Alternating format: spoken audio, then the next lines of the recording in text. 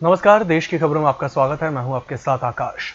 वास्तविक नियंत्रण रेखा पर भारत और चीन के बीच जारी तनाव को कम करने के लिए दोनों देशों की तरफ से राजनीतिक, कूटनीतिक और सैन्य स्तर पर लगातार कोशिशें हो रही हैं। 10 सितंबर को मॉस्को में दोनों देशों के विदेश मंत्रियों के बीच हुई बातचीत और मंगलवार को मिलिट्री कमांडरों की बैठक के बाद उम्मीद की जा रही है कि सीमित डिसएंगेजमेंट की प्रक्रिया शुरू होगी और दोनों पक्ष एलएसी पर यथास्थिति को सुनिश्चित करने की कोशिश में हैं। हालांकि धोखेबाजी की जो चीन की फितरत है, उस वजह से उस पर यकीन करना मुश्किल है। यही वजह है कि भारत अब पूरी तरह सतर्क है ताकि ड्रैगन किसी चालबाजी में कामयाब ना हो।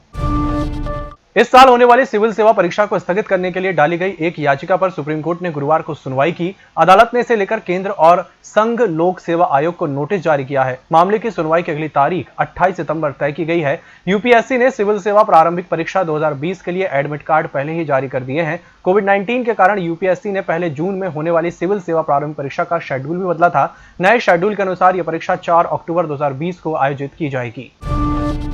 यूपी के मुख्यमंत्री योगी आदित्यनाथ ने महिलाओं की सुरक्षा को लेकर बड़ा आदेश जारी किया है। अगर कोई महिलाओं से छेड़खानी, दुर्व्यवहार या यौन अपराध करता है तो उसके पोस्टर शहरों में चौराहे पर लगाए जाएंगे। आपको बता दें कि यह काम उसी तर्ज पर किया जाएगा जैसे नागरिकता संशोधन कानून के खिलाफ प्रदर्शन करने वाले आरोपियों के पोस्टर शहरों के प्रमुख चौराहों पर लगाए गए थे। इस आदेश के तहत अब महिलाओं से दुर्व्यवहार करने वालों को महिला पुलिसकर्मियों से ही दंडित कराया जाएगा। सरकार का कहना है कि ऐसा कदम इसलिए उठाया जा रहा है जिससे कि महिलाओं और बच्चियों से दुर्व्यवहार करने वालों को पूरा समाज जान सके।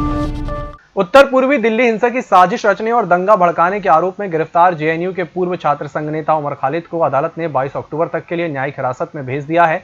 दिल्ली हिंसा मामले की जांच कर रही दिल्ली पुलिस की स्पेशल सेल ने उमर पर कई धाराओं के तहत ही यूपी ए के तहत भी मामला दर्ज किया है। पुलिस हिरासत की अवधि पूरी होने के बाद खालिद को वीडियो कॉन्फ्रेंस के जरिए अतिरिक्त सत्र न्यायाधीश अमिताभ रावत के समक्ष पेश किया गया था।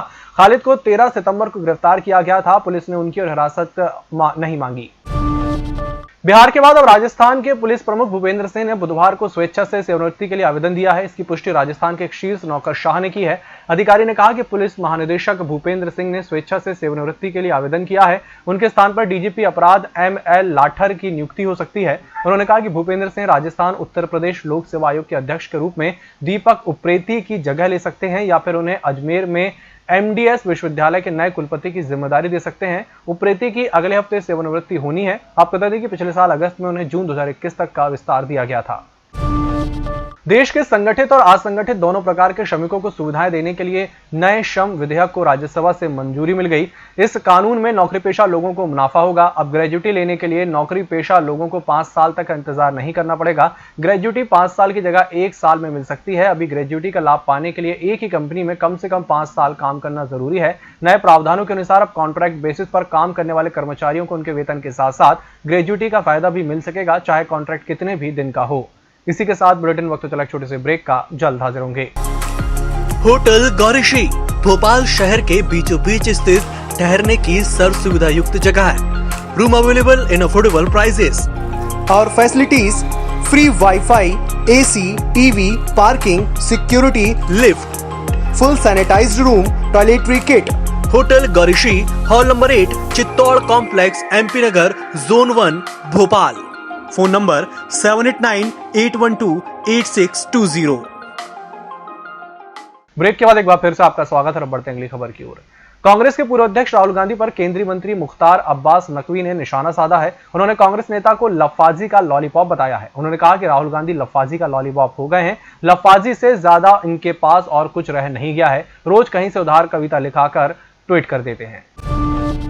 केंद्र सरकार के कृषि अध्यादेशों के खिलाफ आंदोलन पर उतरी किसान जत्थेबंदियों का रेल रोको आंदोलन आज से शुरू हो गया है। यह आंदोलन 3 दिन चलेगा, जिसके मद्देनजर कई ट्रेनें रद्द कर दी गई हैं। अमृतसर, फिरोजपुर समेत कई जिलों में किसान ट्रैक पर लेटे और धरना देते नजर आए। वहीं गृह विभाग की ओर से जिला उपायुक्तों को 24 से 26 सितंबर तक 48 घंटे के बंद और रेल रोको आंदोलन के दौरान अलर्ट रहने को कहा गया है। हिदायत दी गई है कि किसानों के प्रति नरम रवैया अपनाया जाए और उन पर कोई सख्त जबरदस्ती ना की जाए।